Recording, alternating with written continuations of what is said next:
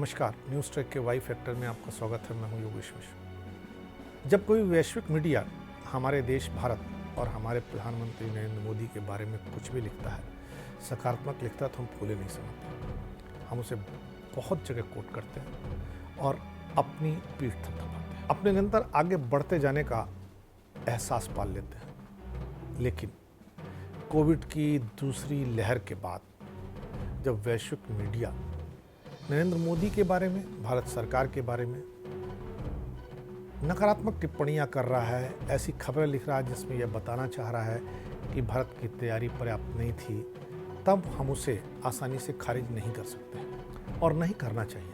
हमें उससे सबक लेना चाहिए, संदेश लेना चाहिए। कोविड की दूसरी लहर ने वैश्विक मीडिया में जब हमारी पोल खोलकर रख दी है, तब हमें वैश्विक मीडिया को भारत विरोधी, मोदी विरोधी नजरिए से केवल देखकर नज़रअंदाज नहीं करना चाहिए। भारतीय मीडिया के गोदी और मोदी के खांचों में बढ़ जाने के चलते ही वैश्विक मीडिया को ये स्पेस हासिल हुआ है। आज़ादी की लड़ाई से लेकर आज तक शायद ही कोई ऐसा नेता हो जिसे मीडिया से शिकायत न रही हो। शायद ही कोई ऐसा नेता या राजनीतिक दल रहा हो जो मीडिया को गोदी न बनाना चाहता हो। पर यह पहली मर्तबा है कि मीडिया से जनता का विश्वास उठ रहा है। इसकी बानगी कोरोना काल में हुई रिपोर्टिंग में दिखती है। भारत में कोरोना की दूसरी और संघातिक लहर को लेकर लासेंट जनरल ने जो कुछ लिखा है वह गलत नहीं है। उसने चौंकाने वाले खुलासे किए हैं। हालांकि यह भी सच है कि जो कुछ भी लासेंट में कहा गया उसका एहसास भारत के तमाम लोगों को भी है।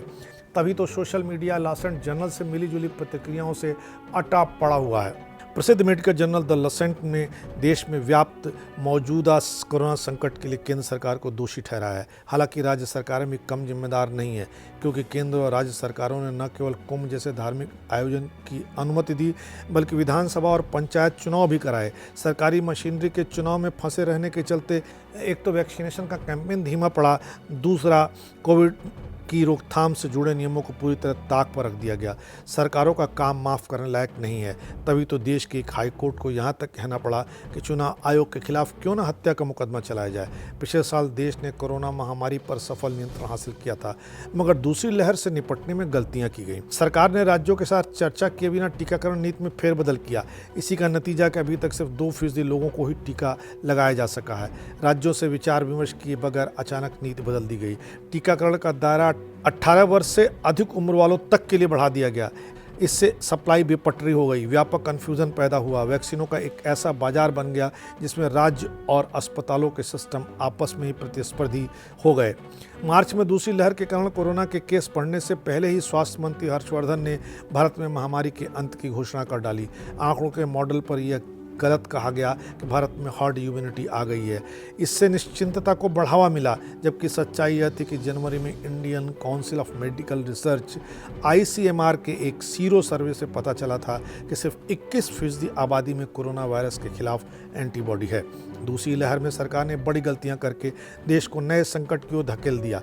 तभी तो ICMR के महामारी विज्ञान विभाग के प्रमुख डॉक्टर ललित कांत ने लासेंट में छपे संपादकीय से सहमत जताई। लासेंट ने institute for health matrix and evolution के अनुमान का हवाला देते हुए कहा कि 1 अगस्त तक भारत में कोरोना से मौतों की संख्या 10 लाख तक पहुंच सकती है। ऐसे में सरकार को वायरस के जीनोम सीक्वेंसिंग का विस्तार करना चाहिए ताकि नए वेरिएंट को समझकर उसे नियंत्रित किया जा सके। सरकार को राष्ट्रीय लॉकडाउन लगाने पर विचार करना चाहिए। इसके बिना सरकार कोरोना के संक्रमण को रोक नहीं सकती है। वैक्सीनों की सप्लाई और वितरण सिस्टम दुरुस्त किया जाना चाहिए। जिनके पास चिकित्सा और देखभाल की कोई सहूलियतें नहीं हैं। ऑस्ट्रेलियाई मीडिया में कोरोना के लिए चीन को ही जिम्मेदार बताया गया है। द वीकेंड ऑस्ट्रेलिया ने अपनी सनसनीखेज रिपोर्ट में दावा किया है कोरोना वायरस अचानक नहीं आया, बल्कि चीन ने 2015 से ही इसकी तैयारी कर ली थी। चीन की सेना 6 साल पहले से ही कोविड-19 वायरस को जैविक हथियार की तरह इस्तेमाल करने की साजिश रच रही थी। भारत में इजराइल के राजदूत रान मालका ने भी चीन की तरफ इशारा करते हुए इस वायरस को बेहद संदिग्ध करार दिया है। चीन के एक रिसर्च पेपर के आधार पर सनसनीखेज रहस्योद्घाटन किया गया है कि रिपोर्ट के मुताबिक चीन 6 साल पहले से सार्स वायरस की मदद से जैविक हथियार बनाने की कोशिश में जुटा हुआ था। रिपोर्ट में बताया गया है कि चीनी वैज्ञानिक और स्वास्थ्य विभाग से जुड़े अफसर 20 2015 में ही कोरोना के अलग अलग स्ट्रेन पर चर्चा कर रहे थे। चीनी वैज्ञानिकों का कहना था कि तीसरे विश्व युद्ध के दौरान इस वायरस को जैविक हथियार के तौर पर इस्तेमाल किया जाएगा। चीनी वैज्ञानिकों के बीच इस बात पर भी चर्चा हुई कि इस वायरस में हेर फेर करके इसे महामारी के तौर पर किस तरह बदला जा सकता है। चीन पूरी दुनिया को संकट में डालने वाली साजिश का बड़ा गुनहगार है। ऑस्ट्रेलियाई साइबर सिक्योरिटी विशेषज्ञ रॉबर्ट पॉटर इस वायरस के किसी चमगादड़ के मार्केट से फैलने की थ्योरी को गलत मानते हैं। पूरी दुनिया को बहकाने के लिए ही इस तरह की थ्योरी को जन्म दिया गया है, मगर यह वायरस किसी चमगादड़ के मार्केट से नहीं फैल सकता।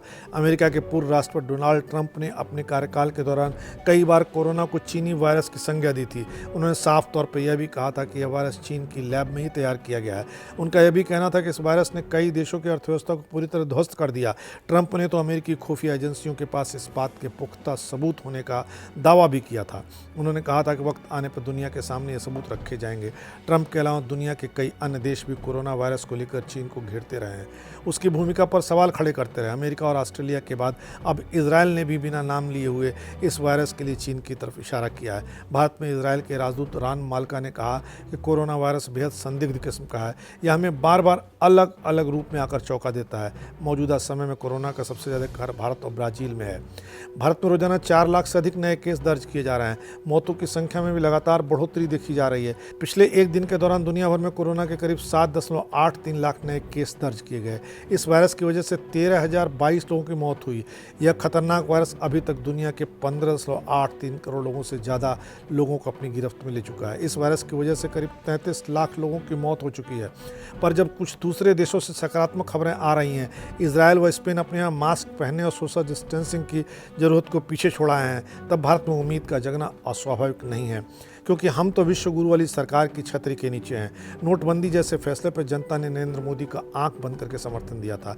ऐसे में जनता का उम्मीद होना बेमानी नहीं है कि संकट की इस घड़ी में नरेंद्र मोदी और उनकी सरकार भी जनता का समर्थन करेगी, बिना नानुकुर किए, बिना जनता पर तोहमत लगाए, क्योंकि अब तो कोरोना ने गाँव में पैर पसार लिया है। इसके लिए जनता नहीं, सरकार जिम्मेदार है। जो भी संसाधन उपलब्ध हैं, सरकार उसे लेकर हाजिर हो। देश के सबसे बड़े राज्य में भी भाजपा की सरकार है, पर खेद का विषय है कि ये सरकारें गलत आंकड़ों और गलत बयानबाजी के मार्फत जनता को झूठे दिलासे में रखना चाहती हैं।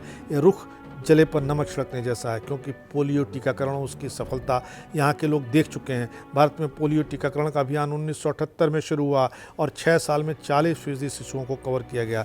इसे पीक पर पहुँचने में 33 साल लग गए, पर भारत में 2011 में 2 बार राष्ट्रीय पोलियो टीकाकरण दिवस आयोजित किए गए, जिनमें सर्वाधिक काम हुआ।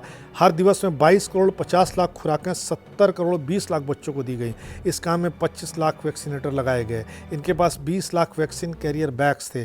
भारत में प्रत्येक टीकाकरण अभियान में 7 लाख टीकाकरण बूथ बनाए गए। एक नेशनल पोलियो राउंड में वैक्सीनेटर 20 करोड़ घरों में गए। पोलियो वैक्सीनेशन के राष्ट्रीय अभियान के लिए बिल गेट्स फाउंडेशन ने $355 मिलियन और रोटरी इंटरनेशनल ने $200 मिलियन से ज़्यादा की फंडिंग की। पोलियो वैक्सीनेशन अभियान में WHO और यूनिसेफ के कर्मचारी भी लगे। अलग अलग देशों से रोटरी इंटरनेशनल के स्वयंसेवक भी आए थे। 2015 में 17 करोड़ 40 लाख बच्चों को खुराक दी गई। ऐसे में यह समय आंकड़ों से पेट भरने का नहीं है, यह समय साथ खड़े होने और साथ खड़े दिखने का है।